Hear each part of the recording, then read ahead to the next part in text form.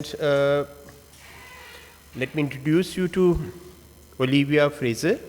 Olivia Fraser is Scottish, but she lives in different worlds, like all of us. She's been living in Delhi since 1989.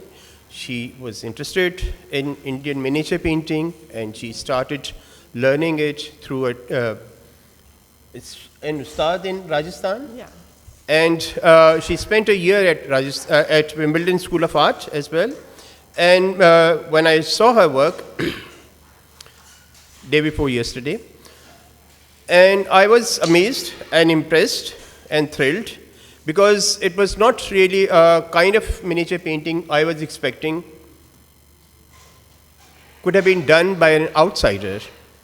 But it was something which I felt a person who can really went inside the idea, imagery, and the intention of what Indian miniature is. When we talk about Indian miniature painting in Lahore, it sounds very deceptive, because it is as much as Pakistani miniature painting, because we share the same history. And during the talk, I think we will discuss how this tradition of miniature painting flourished or developed in two different parts of subcontinent. And the first question which comes to anyone's mind, and which came to my mind as well, the person who was born and who belongs to Scotland, how come you were interested in a tradition of painting which was so far and so remote? So, hello everybody. Thank you all for coming. So, if we go like that, How does it work? There. So I first came to India, as Quddus said, in 1989, clutching a book which was about my. Sorry, can you hear me? So I first went to India in 1989, clutching a book that had just recently been published about my forebears, my kinsmen, James Bailey Fraser, a landscape artist, and William Fraser. James Bailey, they were around in early 19th century India, and William was the ambassador, or the British resident in Delhi for the East India Company, and his brother James came to visit. And he was a painter, and he went up to the Himalayas and he made sketches like this. And he did cityscapes of Calcutta, and these sort of paintings, lithographs, now litter all the kind of clubs and clubland of India and hotels in India and Britain. And I came out not having really had that much education, now thinking, how do I approach India? And they also commissioned Indian artists to paint what are known as company school miniatures.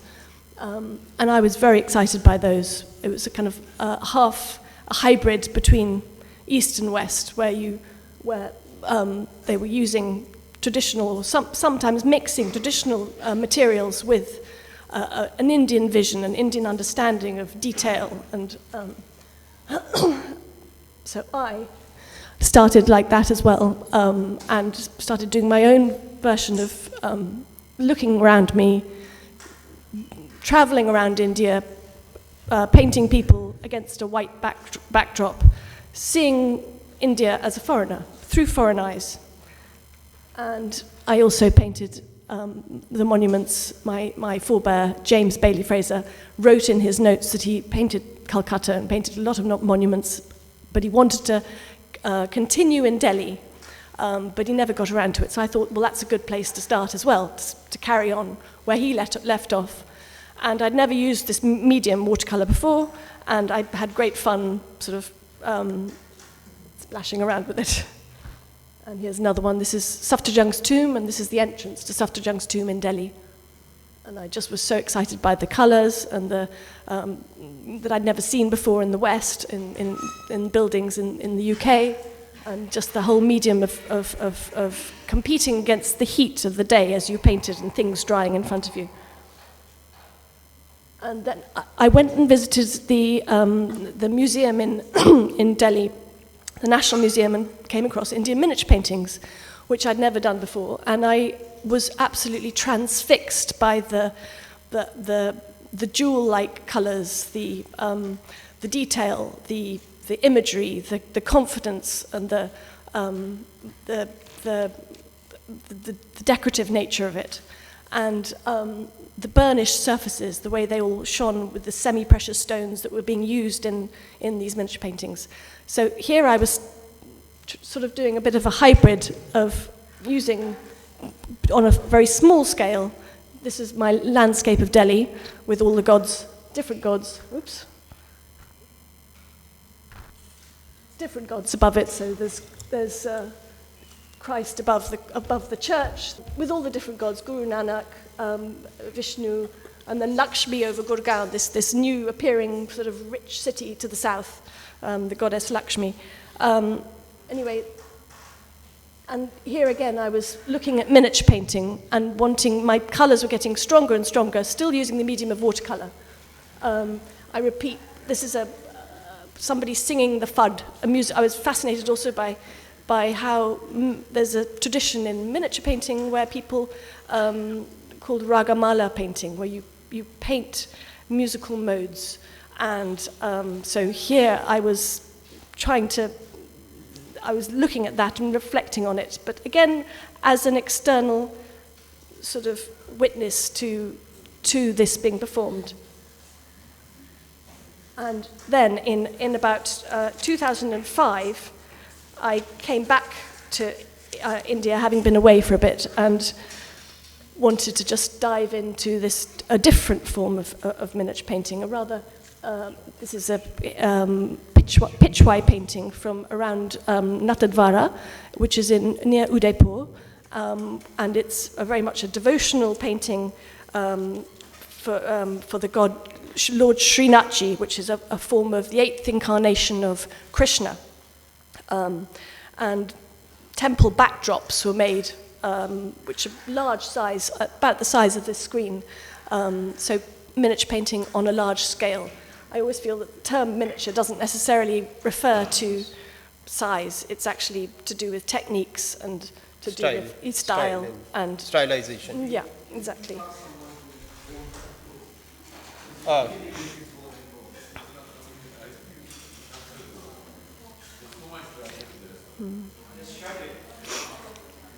They can come from the other side also, from the top.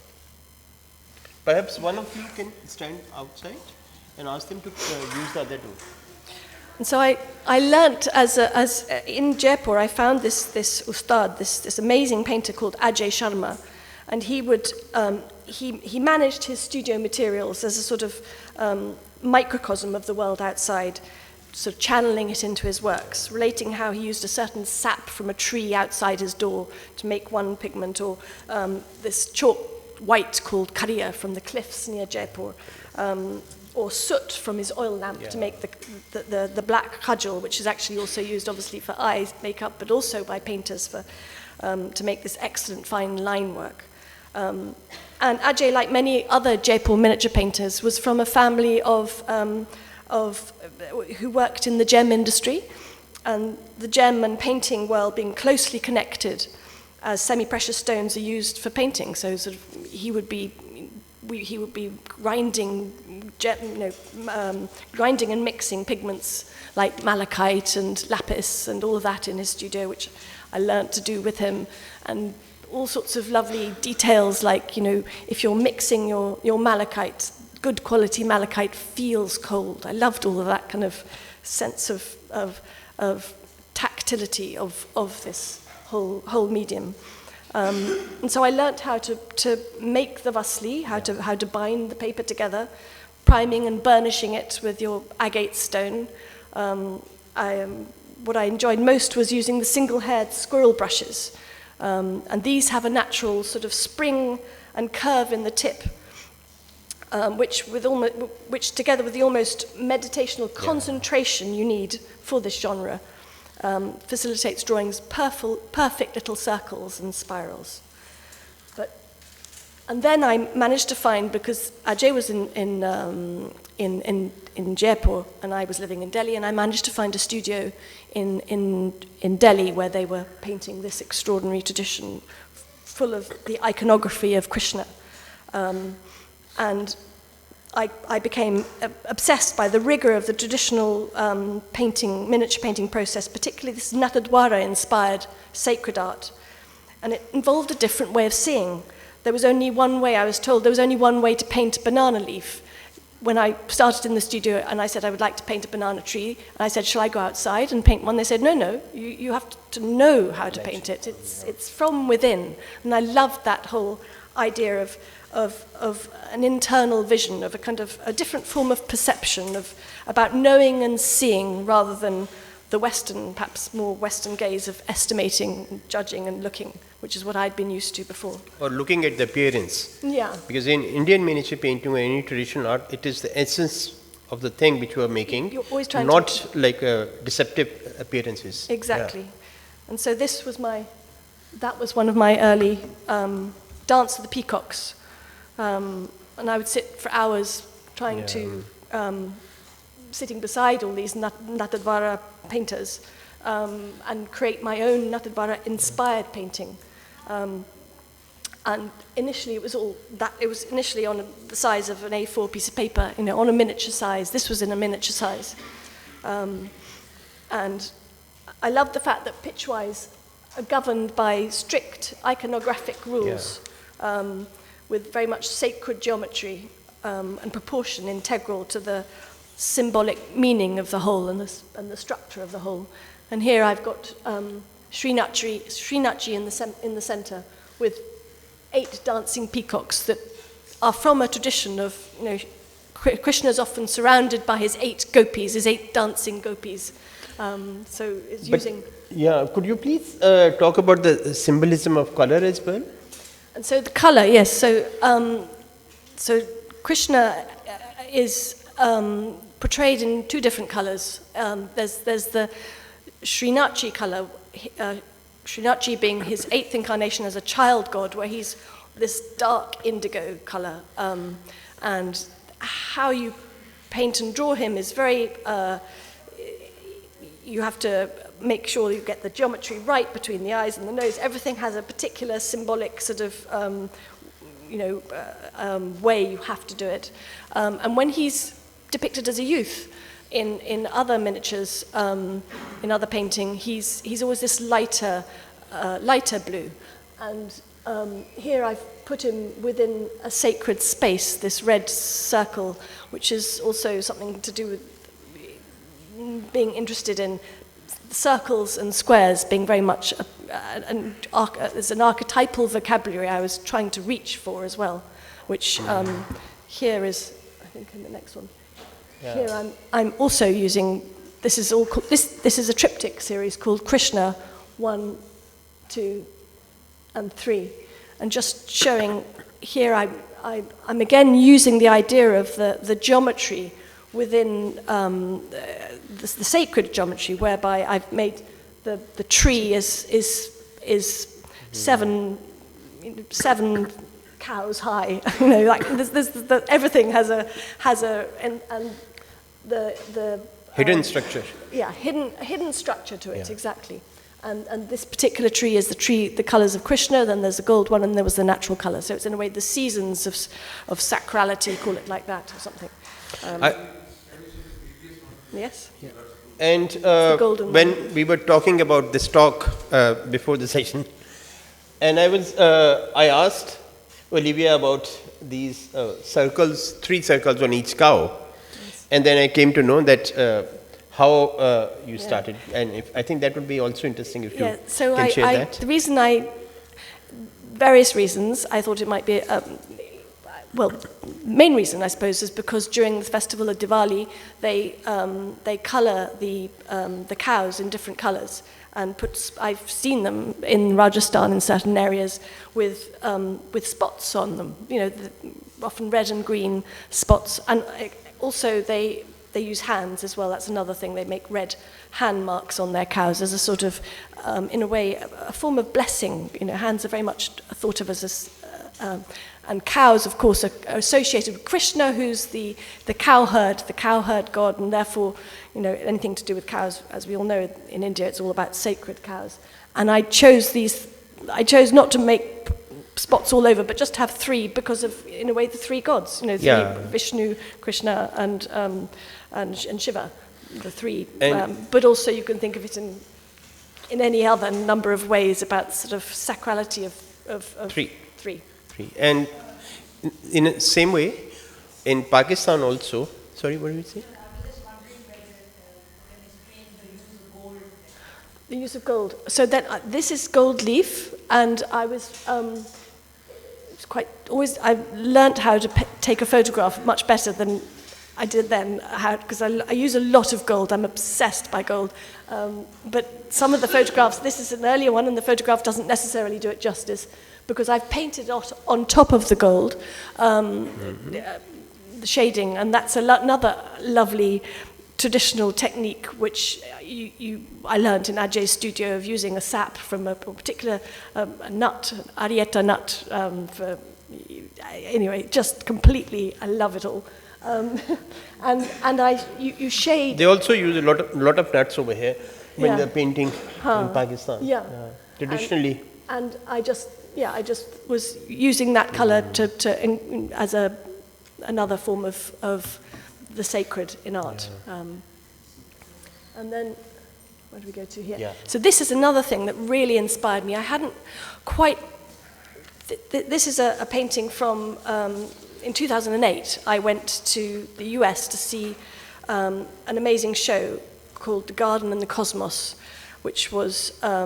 It's Maharaja Man Singh's Jodhpuri paintings from the early 19th century, inspired by the Nat yogic tradition.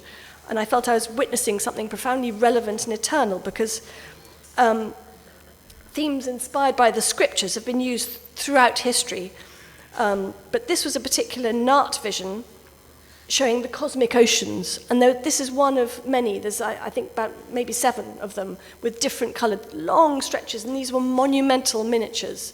So they weren't small A4 size. They were kind of, 6 foot long. And I was staggered by them. And there were some that just had almost nothing in them. And I felt these monumental fields of color making up these cosmic oceans had the dreamlike intensity and preempted 20th century artists like kind of Rothko or Howard Hodgkin or Sol LeWitt. And I just felt, wow, this is a way forward to go into miniature painting, to try and, think of it in a more contemporary way, which it has already done. So they were the final piece in the jigsaw for me to help me develop my style. And then, they're amazing. Yeah. So this one is called Dusk.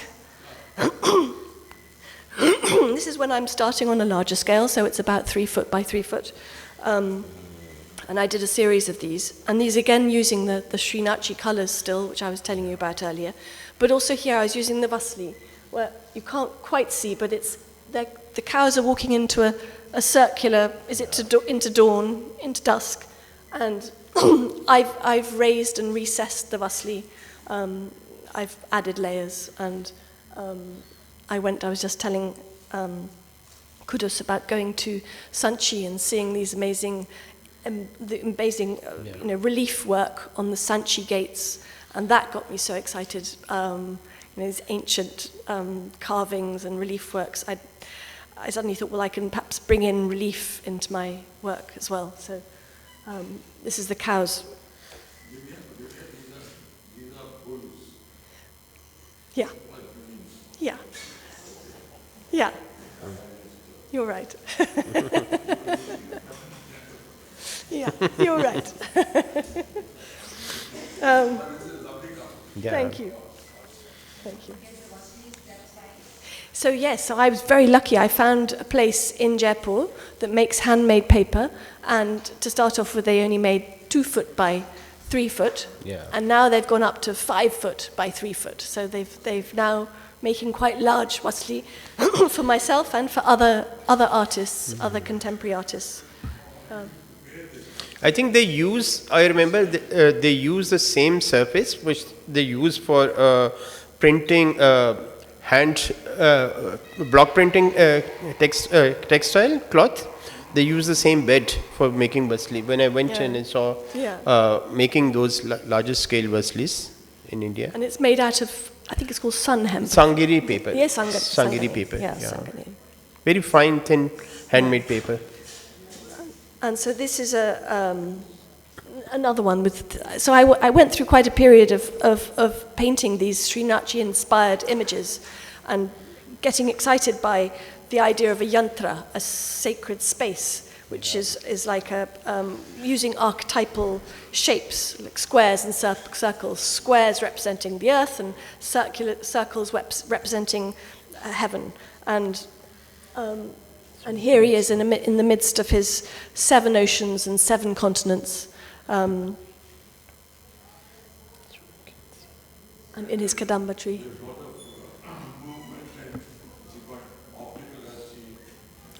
Yes, that's what I was interested in as well. Optical illusion is another thing. Which will come more. We'll come into, And this is another one, just deconstructing the iconography of Srinachi. Again, within a sacred space. Again, in a heavenly space with are they, and the colors, the 2 colors, again, blue and yellow, because Krishna is often wearing yellow clothes, and Radha Krishna, his counterpart, is described as having a saffron-colored brow, which I love as well. So there's sort of, his and hers, and also his and his. There's all this iconography that is associated with him. So this was me doing that.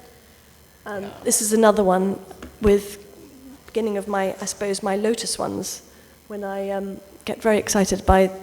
There is something called the pitchwai, the Lotus pitchwai. Pitchwai being, again, as I said, the backdrop in the temple. And here I've put Srinachi in the middle, just with his eyes, surrounded by. He's looking at you. Yeah.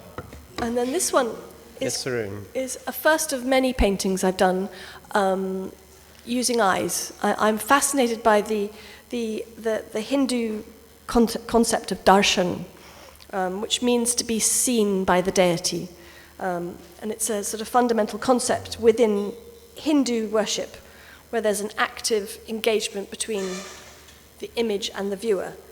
John Berger talks about the reciprocal nature of vision, and here it's very much, I've translated it into the physical attribute of the eyes, putting, and the other thing I was very interested to sort of see was in sacred art, which I've witnessed being created in studios, whether in sculpted bronze effigies or in pitchwise, the eyes are always the final thing that they add to the image. It's like once the eyes are put in, then the image is supposed to transform into a god. And then the devotees come, lock eyes with the image, and then they perform darshan. So that's, and there's a lovely bit of poetry which I love with this one, which is a 9th century Tamil poet called Nammalvar, who wrote, "Lotus eyes, he is in my eyes. I see him now, for his eyes cleanse my sight, and all 5 senses are his bodies." I just love that. So this is one of many. Yeah. And so here we come to. I think. You tell me. This is Malevich. So that's another. Yeah. So actually, at this point, we haven't seen those works as well. But later works, or what you have been doing now, or you have done like in the past few years, they are more minimal. And their kind of recognizable imagery is less, or they're more based on geometry. So you have seen works from Pakistan as well. The modern miniature in Pakistan is a kind of a big movement recognized all over the world, with Shazia Sikandar, Imran Qureshi, Aisha Khalid, Nusra Latif Qureshi, Wasim, Ahmed, Muhammad Zishan, Waqas Khan showing everywhere, and they're using like kind of elements of miniature and then kind of extending it and expounding it and extending the meaning, expressing imagery in a different way.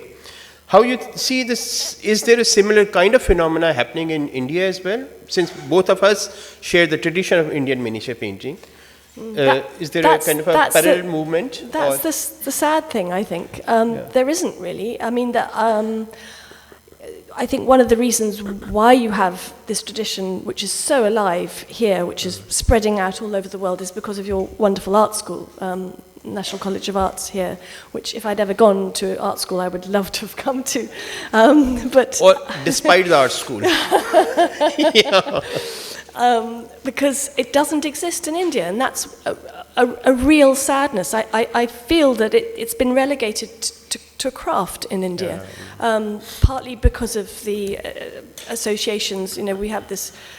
It's partly possibly because of the associations with Islam and them feeling that we've got to celebrate Hinduism or something. I don't know what, but they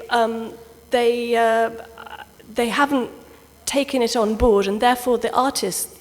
There are so many artists there, and I was so lucky to meet some who were happy for me to join their studios. But what they are doing is they're copying, old wonderful Pachanama pages, Mughal miniatures. They're copying, and that is the way to learn, and that's how I started. I started learning through copying, and they are now.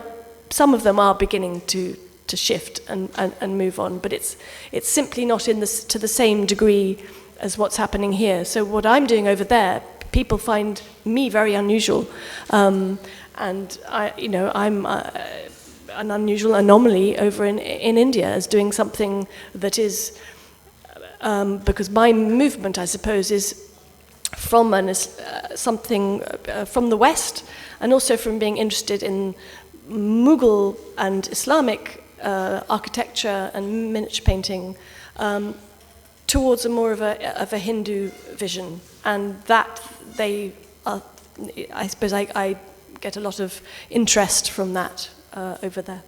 And you use the word, like in India, it's still perceived as craft or part of the craft. Yeah. But I was reading somewhere, and this American art critic and writer Arthur C. Danto, and he was talking about like the whole idea of craft actually started with the Industrial Revolution. Before that, there was no idea of craft because everything which was made by hand was just an object. And once those things were produced through mechanical means or mechanical means of production, so the craft became something different, and then the Industrial Revolution produced another kind of idea about what is handmade and what is machine made. You think that the acceptance or the interest of miniature painting by large outside of subcontinent, let's say like in West, do they still like perceive this as a kind of craft or not anymore? Well, I think the Pakistani painting has done a lot to change that whole way of thinking. I think there have been issues, though, and certainly I think in art schools in the UK currently, I think there's an issue with not understanding about, craft is the basis, I think, of art. Just learning how to use your materials, learning how to draw, and that seems to, over the last sort of 20, 30, 40 years, been thrown out, and I've got so many friends, relatives who've been to art schools in the UK, for example, recently, who feel they're not being taught anything and that they're at sea. They're told to have ideas without having any understanding of materials and of how to use them and of anything. So that was one of the things for me when I came to this side of the world and saw the way that there was a possibility of reaching for 100%, of reaching for a goal, of getting this, of getting on top of of understanding how to use the materials and iconography, and really try and good, better at it. I felt it was so subjective in the UK, where throwing a plate against the wall was considered fabulous at art school. For one of my nieces who was at art school and just found it upsetting, she here there was more of a fundamental grounding in the craft side of it. And I think your own work also is kind of an attempt to dismantle this idea as well, because when I was seeing your work, and which we are going to see in a while as well, it looked much more contemporary, almost following the tradition of Kashmir Malvich, and that how it is minimal and how you're using colors and forms which are more selective. Yeah. And I think maybe we can see some more. Yes, absolutely. Yeah. So From that period. So I was fascinated in Malevich. This is his Black Square, early 20th century artist, painting this in 1915, and he just reduced and distilled archetypal geometric shapes to color planes and lines, and I got very excited when I first saw that, but also witnessing a similar vision in tantric art, which also reduces and distills and has an iconic way of depicting things. So, for example, here we go. This is another one called Creation. This is one of my paintings, which again was on a large scale, with the sun. It came from a lovely bit of poetry called from the Rig Veda, where it's describing the creation of the world. The sun drew forth its rays, dividing the earth from the sky. And there's a wonderful Hindu or even Jain tradition of drawing maps of the universe. Yeah. Maps that reflect the metaphysical aspirations for reaching heaven or reaching the absolute. And here I was, and they often they give numbers for everything. So there's 7 seas that you have to cross. And I love the idea. In this particular one, I've painted them all in these different colors, because there's the first sea is supposedly salt water, then it's milk, then it's dahi, it's yogurt, then it's butter, and then sharab. I'm not sure quite why sharab doesn't sound quite right, but anyway. And then ghee, and then the final one before you reach the absolute is this pure plain, is water with nothing in it, no salt, nothing, and I've reflected it and there's also a lovely image of the creation. One of the creation myths in India is of an egg, of the Hiryan Garbha, and it breaks apart, and that is the beginning of creation. So I've created it in that sort of way. I think one would like to swim in that one of the seas. Yes. And this is again. And you know which one. Yeah. And this one is called Pilgrimage, and this is using my own foot. And it's 108 as a very symbolic number in Indian cosmology, so it's 108 of my feet. This is called, I've done many pilgrimages, I've done a few pilgrimages, walking up to the source of the Ganges and going up various sacred mountains. And I thought, I was inspired again by the Malevich idea or the tantric idea, whichever one you want to think, but trying to distill back, as you were saying, to something very, to try and reach an essence. And so I was making this, circles and triangles and a shape of moving up the mountain, where the first layer of feet have little imprints in them that are to do with the ground and to do with,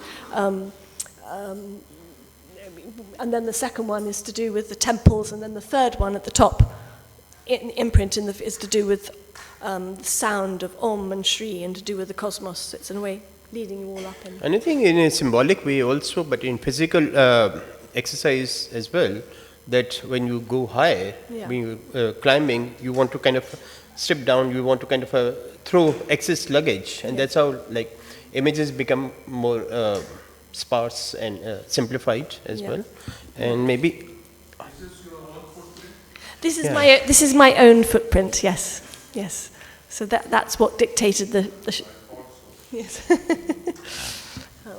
And so I couldn't use a single sheet of paper, but 9 is also a sacred number.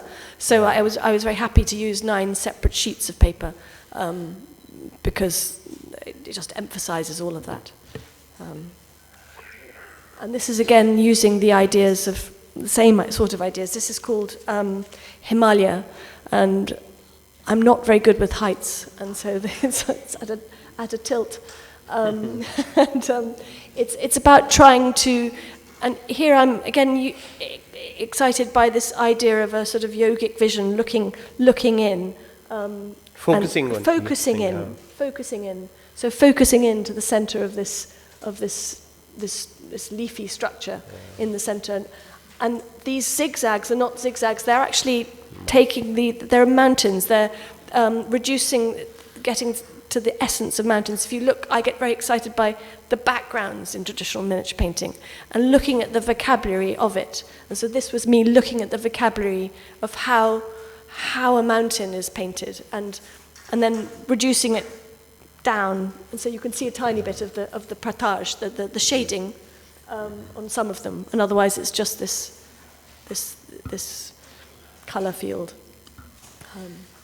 And Bridget Riley, you're right about I love the whole op art, static and active play, and I think there's something that meditative art has very much in common with what she is trying to do. Although Bridget Riley is interested in creating rhythmic patterning and then breaking it, and that creates a bit of a disturbance. And one of my sons says he gets itchy eyes looking at her paintings, but I'm fascinated by her ability to reduce everything to its essence, and particularly her early works when she was just using black and white. I thought they were extraordinary. Yeah. And so this is something called Jambudvipa, the island of the rose apple tree. What's the name, the title? Jambudvipa. It's the island of the rose apple tree. Okay. Over the last few years, the news has been dominated by migration, with people all over the world shifting from one continent to another to escape war, religious intolerance, and famine in search of peace. And John Berger, again, who I love reading, said to emigrate is always to dismantle the center of the world, and so to move into a lost, disorientated one of fragments. And here, perhaps it's particularly the idea of the hostile landscape or seascape, the Mediterranean Sea engulfing endless migrant boats that influenced me for this. Because in Jain, Buddhist, and Hindu cosmology, the rose apple tree island, or Jambudvipa, is the island or the continent of the terrestrial world where ordinary human beings live, surrounded by the Lavana Samudra, or salty ocean, whose swirling movement is regulated by the four tides in the four directions, which are traditionally depicted by pots. And Jambudvipa is the only place where one can achieve enlightenment. And I've created this cosmological map again as a form of abstract yantra. And it's with the central focal point on the island itself. And then this one is my golden lotus, which was actually, I think, used here as in the Lahore Lit Fest 3 years ago when I was last here. It was used as the icon of the literary festival, which I found rather intriguing. But even anyway, in Hindu philosophy, there's the idea of the macrocosm within the microcosm, of the world within the body. Within this instance, the lotus providing a roadmap to focus on as one embarks on a meditational journey up through the body. And there's a wonderful extract here, again poetry, from the Upanishads, which says, "Even so large as the universe outside is the universe within, the lotus of the heart. Within it are heaven and earth, the sun, the moon, the lightning and the stars. Whatever is in the macrocosm is in this microcosm."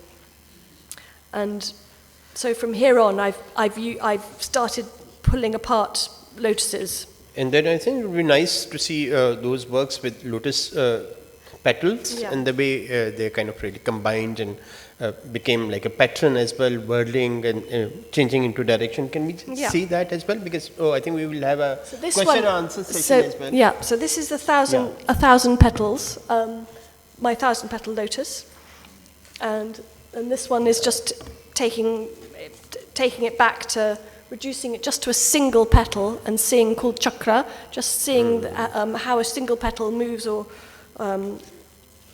twists. And this is all very much rooted in my idea of yoga. And this is another one called Kundalini.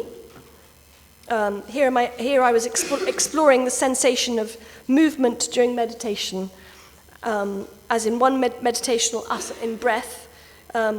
It's a serpent-like vision that you have of feeling the breath move up through the body, up and out. And then this was a whole sequence. So that's the red and the blue, because there's with the breath in, you breathe in, and it's a blue breath. I learned a very visual form of yoga with my yoga teacher in Delhi, and everything was to do with imagery from the garden, and I found that hugely inspiring for all my work. And this one here is about the breathing out, the red Kundalini breathing out. Yeah. And then this is a sequence called I Am the Moon. And so which year was it? This would have been about, I think, 2013, 14 maybe. And this is, I portrayed the cosmic bodies of the moon as exploding, multiplying petals, lotus petals, to reflect the sensation of the pulse, rhythm, and movement associated with yogic meditation, linking the lotus with the cosmos. And then this one. Yeah. In 2017, the Nobel Prize of Physics was given to scientists who had just proven the existence of gravitational waves, and there was a spectacular light show in the heavens when two neutron stars had a collision called a kilonova, and consequently produced highly visible gravitational waves, cosmic energy in the form of ripples within the space of the fabric of space and time. And I was fascinated by this discovery and by the fact that a kilonova is supposed to create gold. And so I've used numbers and the idea of 7, and I've drawn on all this imagery to create this. And then I then, having fractalized my imagery, I then brought it back into something large and monumental. So this one's called Breath, and again, this is about just breathing in concentrating on the idea of a lotus, because that's how I was in yoga again. You think of your breath as a lotus opening and shutting. So I had it opening and shutting. And these are large paintings, sort of on the largest size I could get, sort of 3.5 foot by 2.5 feet. And then this one is all together. And that's just called Breath, with a lot of gold leaf, with the opening and shutting lotus as the triptych again. And that one is called Pause. Just as there's a continuous movement of breath within yoga, there's also breath control. Some forms of yoga teach that breath control may be able to bring about yoga's highest aims. And I was rather intrigued by this. There's a Sanskrit text called the Gheranda Samhita, which says, through breath control, the yogi gets the ability to move in the ether. Through breath control, diseases are destroyed. Through breath control, the goddess is awakened. And through breath control, the mind enters the supramental state. Bliss arises in the mind, and the practitioner of breath control becomes happy. So here I was interested in trying to portray the idea of stillness with this very pared down, still painting. Yeah. This one is interested, again, in the Gheranda Samhita. It talks about the sevenfold pathway to perfection. And there's a wonderful bit on meditation where the yogi is told to visualize an ocean of nectar, in the middle of which there's an island of jewels, and on which, amongst groves of kadamba trees, there are 7 scented flowers, perfuming every quarter. And having learnt this very visualized form of yoga, I was intrigued to try and describe the scent, because it was talking about scent. Along with the expected various forms of jasmine, the Stala Padma flower was one of the 7 mentioned perfume flowers, translated as land lotus. Some sources say that it changes colour during the course of the day. And so I did this traditional South Asian scents of oil-based, and when applied to the skin, the perfumes amplify and intensify, reflecting the body's temperature over the course of the day. So here I was exploring visually the idea of an ever-increasing scent, the essence of lotus, reflecting in an ever-increasing saturation of the colour pink. And then here we're coming to the last ones, bees. the bees. So there's unlike the lotus, there's not much iconography centered around the bee in South Asian art. There is, however, a vast amount of poetry, and I continue to discover more and more. So, for example, this one: when Krishna approached the lotus flower of Radharani's face, he became completely maddened by its fragrance. Buzzing, he continually hovered about it. And I'm interested in the colours, and I've tried to fuse the pink, the red. In Tantra, the red is representative of the female principle and white of the male. So I've tried to fuse the two and fuse the lotus with the bees to, in a way, create ultimately a sort of an essence of a sort of form of rasa or emotion. And here again, this is with the indigo and gold. Again, I'm thinking in terms of where I've come from with the Srinachi imagery, but again of Krishna. So the colours of that, and then the final. This is the final painting. Oh no, not this one. This one's called Metamorphosis, where almost the flower and the bee are one, and then that's the final one, which is about harnessing. It's called Brahmari, and this is about the sense of sound. And again, in the Garanda Samhita, this extraordinary yogic text, there is apparently, you have to shut out all your senses, your ears, your eyes, your nose, and only sound remains. Slowly draw in air and perform Brahmari Kumbhaka. Exhale slowly, and then the sound of a bee will arise. On hearing the sound of a bee from within, lead the mind there. Samadhi will occur, together with the bliss arising from the realization, I am that. So I wanted to show this with a sequence of ever more densely packed bees and wings, to reflect a meditative, reverberating, increasing sense of the sound. And this is interesting because when I was looking at this, I can recall rose windows from Gothic cathedrals as well. Yes. And then the kind of a light which is coming, and they both deal with spirituality and going high and meeting God and meeting your divine lover. Yes. Yeah. Yes. So this is the final slide. Yeah. And thank you very much. And it was brilliant to look at the work and see how an artist's journey comes through from readable, recognizable imagery and to something which is more profound and sublime and very personal as well. We can ask for question and answer session. Anyone? Any inquiry? And because you learned Indian miniature technique as well from us ustads, and I'm sure people would be very interested in those secrets, I must say. Hello. Ghazi Sikandar. Hello. I'd like to thank you for the top masters, for example, Gauguin or Matisse. And in these changing times, I'm getting too nervous for this. I can't hear you. B, even I hear you, I can't understand you. I can just see you. Can you please speak to what, is the mic on or not? आगे आ जाए गाजी. Mic is on.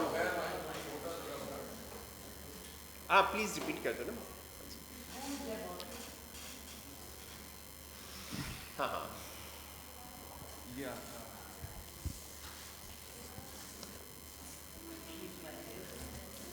और mic नहीं अच्छा हाँ maybe another mic will come.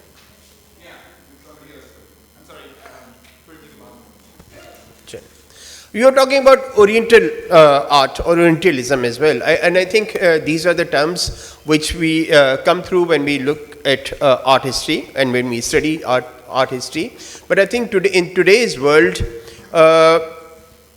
people often have a problem, like someone who belongs to one region and going to another region and using culture or using images maybe without any background as well. Some people have a problem. I don't have any problem as well. I think because the thing is that if there were no interaction between cultures, regions, continents, the world would be not as rich as we are now. And I feel that I should be allowed to go to Africa and study and write about an African household without having any background as well, because through this I can bring something new into that subject, which normally people who are living over there may not necessarily have that vision. So I think when we go another place, we extend it and we expand it. We bring something new into it, rather than it would be very boring. I remember when we were a student at RCA, and there was a question of returning works from the National Gallery to places where those works belonged originally. And then we realized how boring it would have been National Gallery if it's only had British art. Yes. So another question, please. Yes. Can you hear me? Yes. I want to have a rather mundane question. I'm just fascinated. I'm trying to imagine you working. I have no idea. Could you just very quickly take us to how you work? How I work? Where? Yeah. What do you do? How do you do this? So when I started out working, I was a bit younger, and I would sit on the floor. I learnt in this studio in Delhi with these wonderful people working around me, doing these pitchwise. And I remember, and I'm quite sensitive to heat and cold. I'm always putting more jumpers on when it's cold, and I'm not good with the heat. But I literally didn't notice the 40-degree heat in Delhi. It was the summertime. I was started off in the studio. I was so excited by it. I was on the floor. I was just painting with my materials in the traditional way, with a slightly. When I started, it was on a small scale, so with a board that's slightly up like that at an angle. Because when you're painting, you can't paint it like you paint canvases or in the West, where everything's upright like that. The miniature painting technique has a different feel to the pigments when you're using them. I call it the drip technique, and you have to make this very the background colours, the base colours have to be very flat, and you on top of which you do your detailing. So there's a very strict process to what I've learnt in my miniature painting, and you start off with this very, very flat colours that you can't just sort of put on vertically at all. So it's either flat on the floor or at a slight angle. And then after that, when you're starting to add your detail, your what's called partage, I don't know how you would say it here, but that's how I've learned it in India. And it's a particular kind of shading where every single, with your little Gileri brush, your squirrel brush, and every single stroke you make is deliberate. And that again was something that I hadn't painted in that kind of way in the West. It was sort of much more impressionistic, the way we were painting and drawing over there. And here it was all one between two. It's all very every single stroke had to sort of be thought about, and I loved all of that. But I've gone on to a larger scale now, and sometimes I'm on the floor, and I have a desk with a kind of contraption with strings which brings up my board to a little bit of an angle. So it's flat. I paint flat, so my back is not happy at times. But anyway, that's how I do it. Yeah. Can you hear me? Yes. Do you have a specific audience in mind when you make your work, or once it's made, you think about where it would function in terms of whether it would function well in the subcontinent more, or in the Western world? I can't work like that. I can only work from what I want to paint. So it has to be, I feel with any artistic endeavour, if you're passionate enough about it, and you can translate that passion out to the wider world, it doesn't matter which country you're talking to, which town, which people. It's about you translating your own passion. So that's what I am always looking for, is my subject, and my subject has been one that's gone inwards and has reflected my I suppose my sense of feeling of belonging in India. I've lived most of my life, more of my life in India than elsewhere, than in the West. So this whole idea of cultural appropriation, I think I agree. It's who's to say where I'm from, frankly, and does that actually matter? It's about my experience. It's one thing added on top of another, and I try and put that into my art, and wherever I've got it's an art gallerist's job to decide whether they want it in whichever country, and I do have gallerists in UK and America and in India, so it does seem to go in all the directions. Yeah, because Indian miniature painting or Mughal miniature painting, they came from Central Asia. And so people do travel and they settle into this. And coming back to your question about the audience, and I think when a writer writes a book, he or she is mainly writing for him or herself, because once you write a book, then you really know what you imagine, what you think. And you do choose a book to write in a language, or language is already decided. But that book is not necessarily going to be confined to that language or limited to that language. It can be translated into those languages which you cannot really access. So I think the audience, the idea of audience is very arbitrary, because it keeps on changing. Yeah. Yeah.